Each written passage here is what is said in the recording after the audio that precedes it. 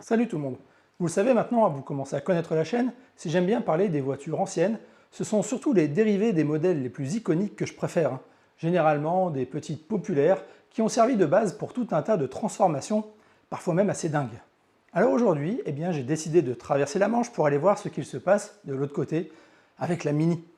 Bah oui, quelle petite voiture évoque mieux nos voisins d'outre-Manche que ce petit modèle à la bouille si sympathique. Et vous allez voir qu'avec la Mini aussi, ils savent y faire pour nous proposer des modèles pour le moins originaux. Allez, c'est parti!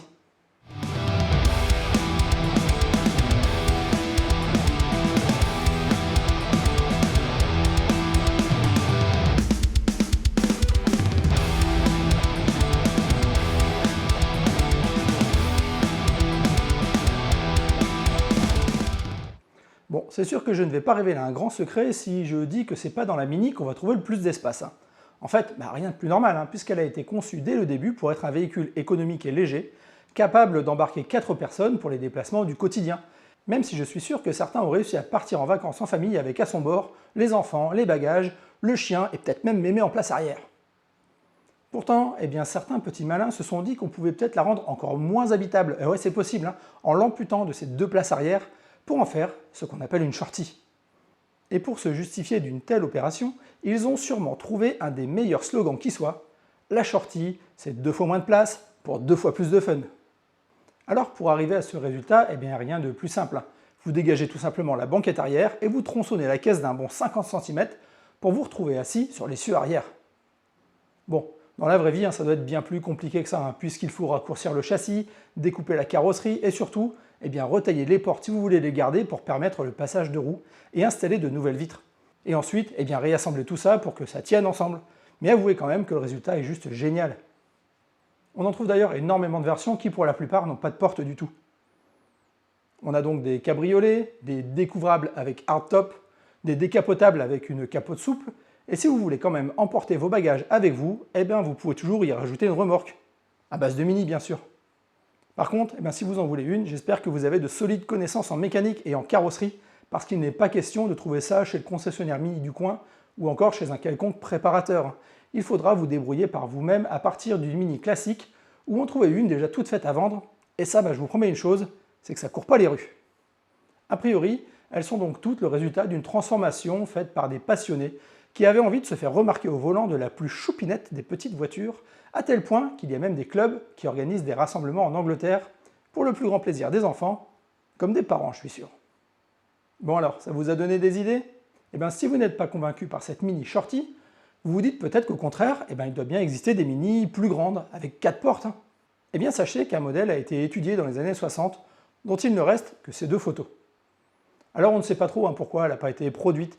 Peut-être qu'avec son châssis rallongé, ses portes en plus, et donc du poids en plus, son petit moteur de 34 chevaux n'aurait plus été assez performant, et qu'il aurait fallu en développer un autre, ce qui n'était pas prévu en 1962. Ou peut-être tout simplement qu'elle aurait été en concurrence avec un autre modèle de la marque, mais ça, je ne m'y connais pas assez en voiture anglaise, je ne connais pas assez bien leur marché pour en être sûr. Ce dont je suis sûr par contre, c'est qu'avec le châssis rallongé, on lui a préféré la version pick-up, et surtout la Club Mad, la version break 3 portes à armature en bois qui semblait plus correspondre à la philosophie un peu décalée de la Mini d'origine. Et si vous avez entendu parler de la 4 portes bleue qui se trouve au musée BMW de Munich, en fait ce n'est pas une originale, mais c'est une version préparée par le carrossier allemand Mengers qui est spécialisé dans la transformation des Mini. D'ailleurs, allez faire un tour sur son site, je vous mets le lien dans la description, si ça vous intéresse bien sûr. Il y a des modèles extraordinaires, des pick-up, des modèles de plage ou encore des versions à 3 roues, bref, que des dingueries.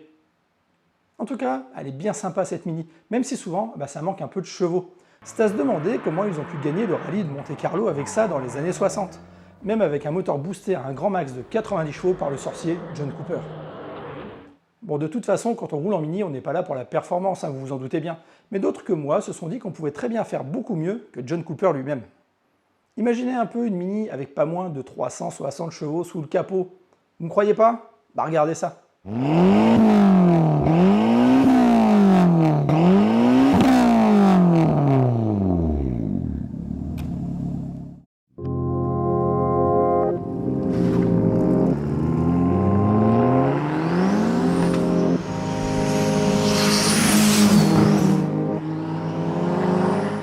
l'avez compris bien sûr, pour arriver à ça, son propriétaire ne s'est pas contenté de quelques ajustements moteurs.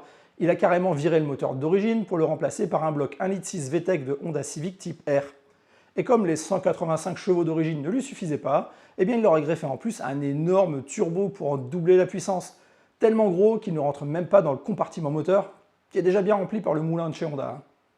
Alors bien sûr, pour faire passer autant de puissance au sol, il a fallu pas mal de modifications, avec des voies élargies et des pneus en conséquence, des freins mouse costauds pour arrêter la bête, et un énorme aileron pour lui donner plus d'appui. Et ne me demandez pas d'autres chiffres, à part la puissance, j'ai rien trouvé d'autre. Mais est-ce qu'on s'en foutrait pas un petit peu? De toute façon, elle n'a pas été faite pour le circuit, c'est juste un délire de mécano qui s'est demandé jusqu'à quelle extrémité on pouvait pousser un petit jouet comme celle-là. En tout cas, des swap moteurs, il y en a eu plein d'autres avec la Mini, y compris avec des moteurs de moto. Il suffit de taper swap moteur Mini sur Google pour en trouver plein d'autres. Mais celle-là, j'avais vraiment l'impression que c'était la plus folle que j'ai pu trouver. Alors je voulais vous en faire profiter aussi. Mais si pour lui donner un air plus sportif, vous lui faisiez un swap de carrosserie plutôt qu'un swap moteur, ça c'est possible avec un kit Marcos, un kit monocoque en fibre de verre qui vient s'adapter sur le châssis de la Mini. Et quoi de mieux à l'époque pour se faire connaître que de participer aux 24 heures du Mans en 1966. Bien sûr, sa performance sera largement éclipsée par le fameux duel qui a opposé Ford et Ferrari cette année-là, mais il faut quand même noter que c'est la seule voiture anglaise à avoir fini la course cette année-là avec une 15e place au général.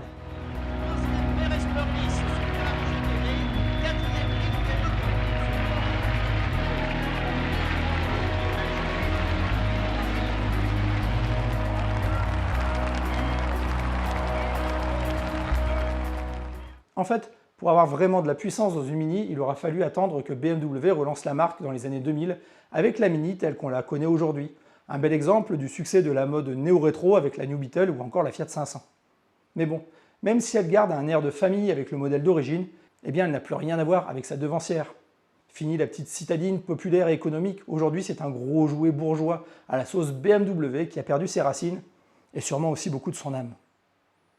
Pourtant, en 2014, Mini nous avait donné l'espoir de voir arriver une version vraiment originale qui n'avait certes plus rien à voir avec la Mini d'origine, mais qui avait au moins le mérite d'en faire rêver quelques-uns. Et cette version, c'était la Mini Superleggera Vision. Ce projet avait été confié au bureau de design de la Carrozzeria Touring Superleggera, une référence italienne en la matière. Toute la carrosserie a été réalisée à la main à partir de feuilles d'aluminium, et la majorité des éléments plastiques sont en fait renforcés de fibres de carbone, comme la lame avant, le diffuseur arrière ou encore les Union Jack dans les feux. Sur le tableau de bord, lui aussi fait d'une unique feuille d'aluminium, on retrouve un compteur central numérique et un très joli volant sport 3 branches. Et sous le capot, c'est un moteur électrique qu'on retrouve. Et ne me demandez pas quelle puissance il développe ou l'autonomie de la batterie, il n'y a aucun chiffre officiel. De toute façon, je vous rappelle que c'était en 2014, il y a 10 ans déjà. Et à cette époque-là, l'électrique c'était presque encore de la science-fiction. À part la Toyota Prius ou encore la Citroën C0 qui traînait dans le coin, il n'y avait pas grand-chose sur le marché. Et il faudra attendre 2019 pour voir apparaître la première Mini électrique en concession. Malheureusement, même si on aura droit à des versions cabriolet et roadster de la Mini moderne, on ne verra jamais la Superleggera sur nos routes. Et ça, c'est bien dommage. À la place, on aura droit à une Mini électrique depuis 2019, bien trop lisse pour avoir le moindre charme, plutôt un déplaçoir à pile qui a oublié depuis longtemps ses origines, et qui n'aura jamais le privilège de voir les gens se retourner sur son passage en vous faisant un petit coucou ou en vous gratifiant d'un pouce en l'air comme vous allez sûrement le faire tout de suite avant la fin de cette vidéo. Alors vous connaissez la manœuvre, si cette vidéo vous a plu, abonnez-vous, likez, partagez pour continuer à faire grandir la chaîne. On vient de passer les 10 000 abonnés et d'ailleurs en septembre, on arrivera aux 2 ans de la chaîne. Alors dites-moi dans les commentaires si vous voulez que je vous fasse une vidéo spéciale pour les 2 ans et les 10 000 abonnés sous forme d'une FAQ. Et si ça vous intéresse, n'hésitez pas à poser des questions dans les commentaires. On verra ça en septembre. En attendant de vous lire, je vous remercie encore pour tout votre soutien et on se retrouve ici la semaine prochaine pour parler encore et toujours auto et aéro bien sûr. Allez, tchuss!